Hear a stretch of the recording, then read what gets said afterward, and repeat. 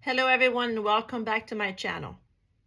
If you're thinking about buying on this stretch of coastline, there's a question I almost get every week, and people mostly always get it wrong. Where does Maryland end and where does Delaware start? Most people will tell you it's Route 54, and it's not. And that one wrong assumption can cost a buyer thousands of dollars in income tax, in property tax, and in closing costs most people have never even heard of until they're sitting at the settlement table.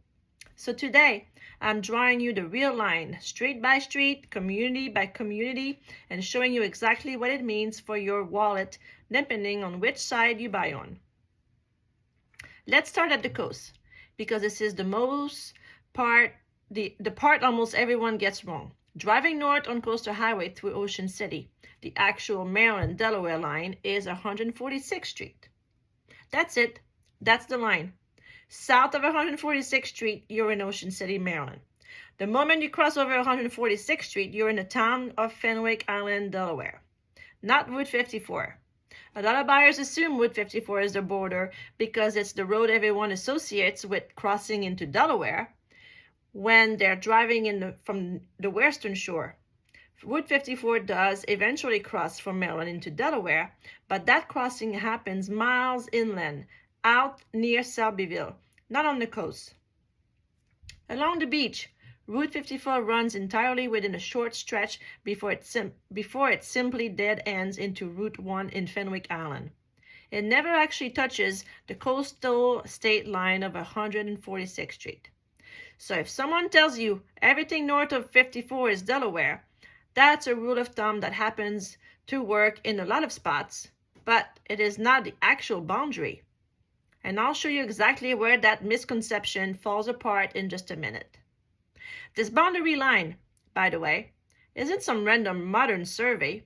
It dates back to the 1750s, part of what's called the Transpeninsular Line, one of the oldest surveyed borders in the country. There's actually a stone marker still standing today right next to the Fenwick Island Lighthouse marking that is original from the 18th century. And here's my favorite way to prove how real this line is. Harpoon Hannah's.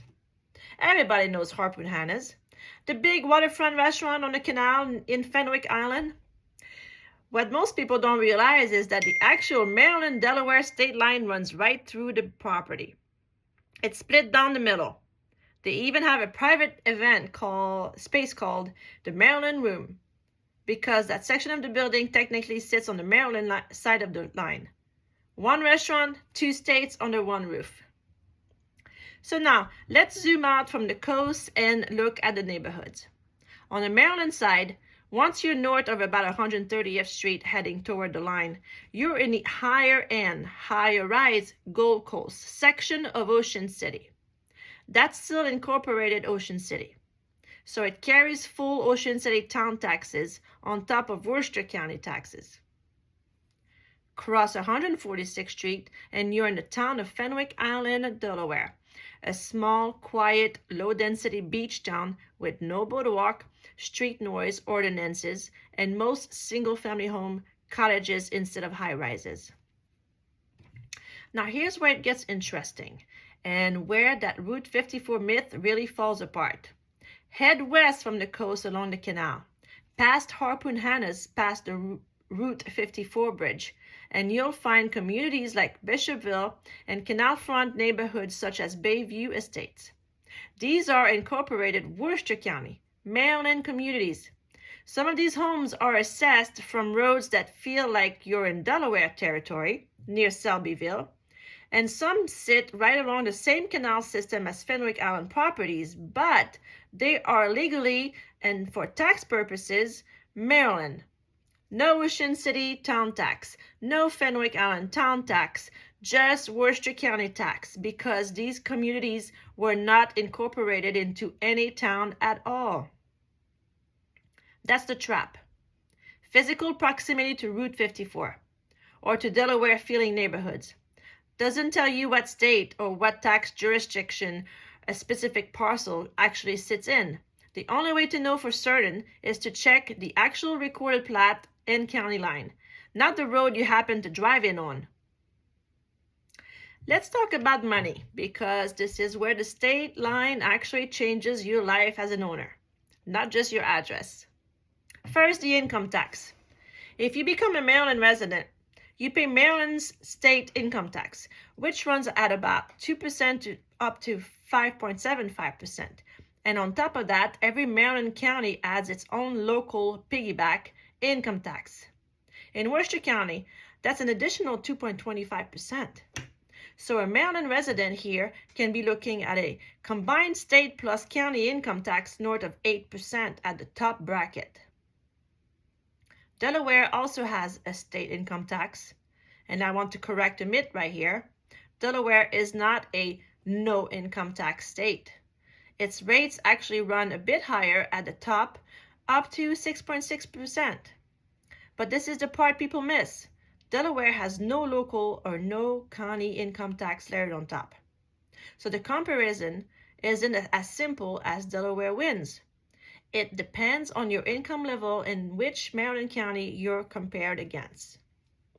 When it comes to sales tax, this is where Delaware's reputation is fully earned. Delaware has no state sales tax at all. Full stop. Maryland charges 6% on most retail purchases. That's why you'll see Marylanders driving up just to shop in Fenwick Island and beyond. When it comes to property tax, Delaware's property tax rates, especially in Sussex County, tend to run noticeably lower than Maryland's. But remember, inside Ocean City town's limit, you're also paying a municipal property tax on top of the Worcester County tax rate. Whereas an incorporated Worcester County property, like something in Bishopville or West Ocean City, only pays the county rate, no town rate at all.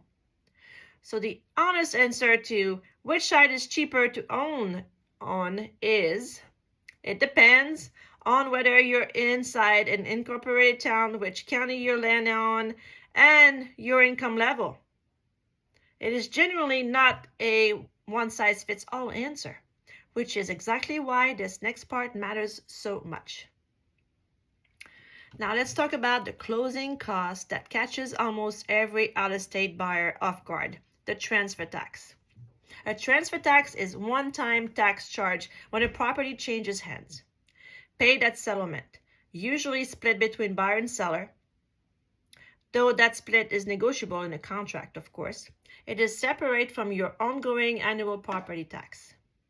In Maryland, you're generally looking at 3 layers: a state transfer tax of 0.5%, a county transfer tax that varies. Worcester County charges about 0.5% as well, plus a separate recordation tax on top of that. Roll it all together, and a Worcester County buyer is typically looking at a little over 1% of the purchase price in combined transfer and recordation tax. First-time Maryland home buyers get a nice break too. Their state transfer tax rate is cut in half. Now, if you go to Delaware, it's a different story entirely. Delaware's realty transfer tax is 4% of the purchase price, among the highest in the entire country. That's typically split 2% buyer, 2% seller, though again it's negotiable. On a $600,000 home, that is $24,000 in transfer tax alone, compared to roughly a third of that on the same purchase in Worcester County, Maryland.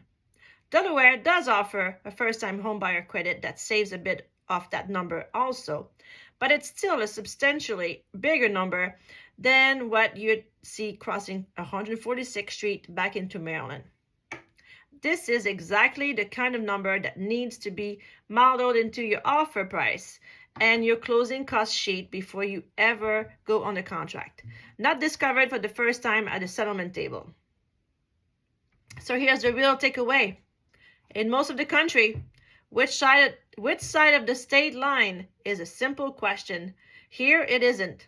You can have 2 homes a few hundred feet apart, one paying Ocean City town tax, county tax, and a smaller transfer tax, then other paying Delaware's much larger transfer tax but no local income tax, add-ons, and no sales tax at all for life.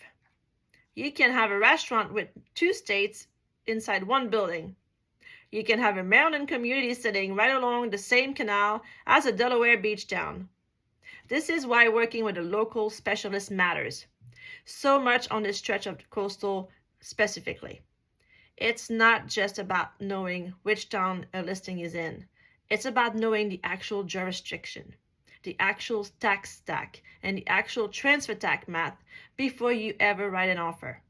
So there are no surprises at closing, which is so important.